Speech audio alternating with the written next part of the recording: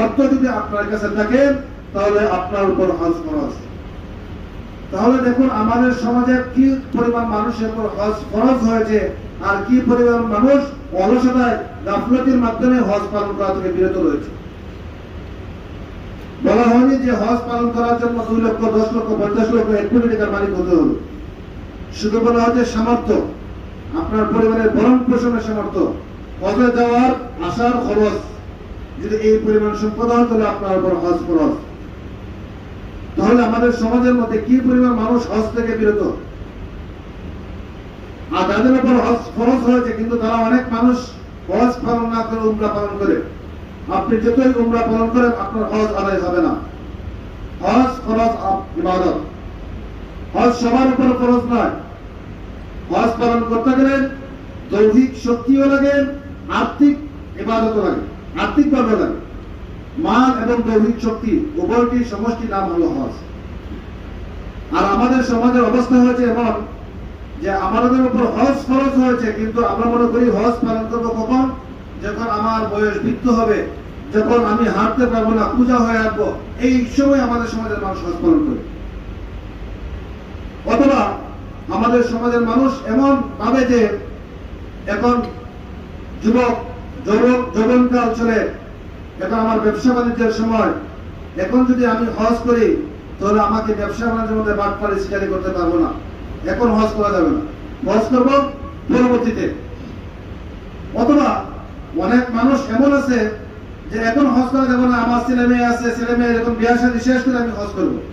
অথচ হজ ফরজ হওয়ার জন্য আপনার নিজেও বিয়ে করা ফরজ নয়, আপনার নিজেও বিয়ে করা ফরজ নয়, আপনার ছেলে মেয়ের বিয়ে দিবেন দূরের কথা, আপনার নিজেরও বিয়ে করা ফরজ নয়, হজ করা আপনার জন্য ফরজ।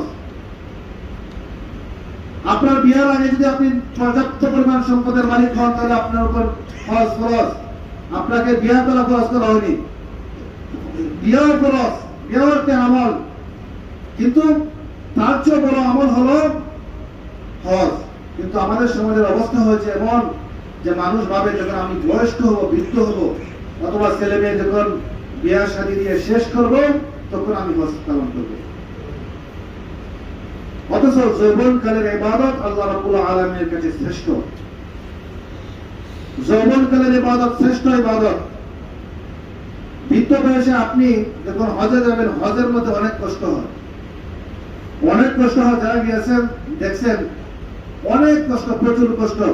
বৃদ্ধকালে যৌবনকালে যে পরিমাণ আপনি ইবাদত করতে পারতেন, বৃদ্ধকালে গিয়ে এই পরিমাণে ইবাদত করতে পারবেন না। এজন্য যৌবনকালে ইবাদত করতে হবে।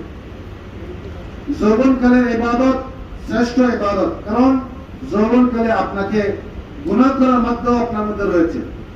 আপনি ইচ্ছা করলে গুনাহ করতে পারতেন, কিন্তু আপনি গুনাহের দিকে যাননি, আপনি গুনাহের দিকে দৌড়াননি, কিন্তু আপনি ইবাদতের প্রতি ঝুঁকিয়েছেন। যৌবনকালে একজন যুবক ইচ্ছা করলে সে সিনেমা হল দেখতে পারত, সে সিনেমায় না গিয়ে সে মসজিদে এসেছে, মসজিদে এসে আল্লাহ রাব্বুল আলামিনের কাছে প্রার্থনা করছে, সাহায্য চাচ্ছে, নামাজ পড়ছে। তাহলে তার যৌবনের ইবাদত বৃদ্ধকালে ইবাদত চেয়েও শ্রেষ্ঠ। কারণ বৃদ্ধকালে আপনি ইচ্ছা করলে আপনি সিনেমা হল দেখতে যেতে পারবেন না, সেখানে ধাক্কা ধাক্কি এগুলো আপনি সহ্য করতে পারবেন না। কিন্তু বৃদ্ধকালে, যৌবনকালে আপনি ইচ্ছা করলে পারতেন, কিন্তু তখন যাননি, তখন আপনি মসজিদে এসেছেন যৌবনকালে। এর জন্য যৌবনকালে ইবাদত উত্তম। এর জন্য মুহতারাম হাজিরিন, যাদের উপর হজ ফরজ রয়েছে, রাসূল করিম সাল্লাল্লাহু আলাইহি ওয়াসাল্লাম বলেন আল হাজ্জু আল হাজ্জু, হজ হলো কষ্টকর জিনিস। এর জন্য আমাদেরকে যৌবনকালেই হজ করতে হবে, অথবা যখন আমাকে যে বয়সে আমার উপর হজ ফরজ হবে তখনই আমাকে হজ পালন করতে হবে। আর এই হজের বিধান অনেক পূর্ব থেকে চলে আসে, হযরত আদম আলাইহিস সালাম থেকে। এই কাবাঘর যখন নির্মাণ করা হয়েছে, এই কাবাঘর নির্মাণের পর থেকে হজের বিধান চলে আসছে এবং কিয়ামত পর্যন্ত এই হজ চলবে। একবারে কিয়ামত পর্যন্ত হজের বিধান চলবে। এই কাবাঘরের তওয়াফ, যখন থেকে কাবাঘর বাইতুল্লাহ নির্মাণ হয়েছে তখন থেকে তার তওয়াফ চলছে। এক সময়ের জন্য, কোনো এক সময়, এক মুহূর্তের জন্য এই কাবাঘরের তওয়াফ বন্ধ থাকেনি। কোনো সময় এই কাবাঘর ধ্বংস হয়েছে, যেমন হযরত নূহ আলাইহিস সালামের বন্যার সময় এই কাবাঘর ধ্বংস হয়েছে। তখন হযরত জিবরাইল আলাইহিস সালাতু ওয়াস সালামের মাধ্যমে হযরত ইব্রাহিম আলাইহিস সালাতু ওয়াস সালামকে দেখানো হলো কাবা ঘরের নকশা, যে এই জায়গাটা হলো কাবা ঘর। তখন হযরত ইব্রাহিম আলাইহিস সালাতু ওয়াস সালাম আবার কাবা ঘর নির্মাণ করলেন। অথবা যখন ইব্রাহিম আলাইহিস সালাম কাবা ঘর নির্মাণ করলেন, তখন আল্লাহ রাব্বুল আলামিন হযরত ইব্রাহিম আলাইহিস সালাতু ওয়াস সালামকে নির্দেশ দিলেন, তুমি দুনিয়ার মানুষকে ডাকো তারা যেন হজ করে। তখন হযরত ইব্রাহিম আলাইহিস সালাতু ওয়াস সালাম বললেন যে আমি এক জায়গার মধ্যে রয়েছি, আমার পাশে নাই কোনো মানুষ, আমি কিভাবে মানুষকে ডাকবো? ইব্রাহিম আলাইহিস সালাতু ওয়াস সালাম কি বলা হলো, ওয়াআদিন ফিন নাস বিল হজ্জি ইয়াতুকা রিজালান ওয়া আলা কুল্লি যামিরিন ইয়াতিনা মিন কুল্লি ফাজ্জিন আমিক।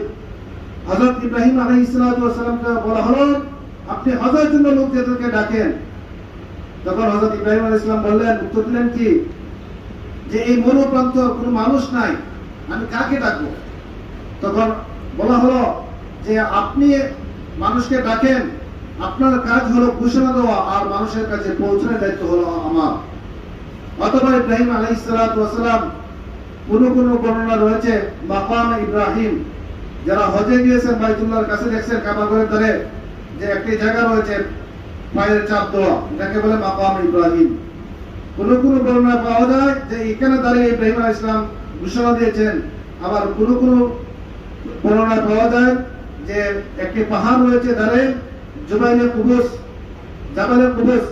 এই জাবালে কুবুস নামক পাহাড়ের মধ্যে গিয়ে ইব্রাহিম আলাইহিস সালাতু ওয়াস সালাম ডানে বামে পূর্ব পশ্চিমের দিকে মুখ করে দুনিয়ার মানুষকে ডাক দিলেন, হে দুনিয়ার লোক সকল, তোমাদের আল্লাহর ঘর বাইতুল্লাহ নির্মাণ করা হয়েছে, তোমাদের উপর হজ ফরজ করা হয়েছে। তখন যখন ইব্রাহিম আলাইহিস সালাতু ওয়াস সালাম এই ঘোষণা দিলেন, তখন আল্লাহ রাব্বুল আলামিন পৃথিবীর আনাচে কোনাচে প্রতিটি জায়গা তার ধ্বনি পৌঁছে দিলেন। তখন শুধু দুনিয়ার মধ্যে যারা জীবিত ছিল তাদের কাছে না, যারা মায়ের পেটে ছিল তাদের কাছে এই আওয়াজ পৌঁছে দিয়েছেন, এবং যারা আলমে আরহা, যারা দুনিয়াতে আসেনি, মায়ের পেটেও আসেনি,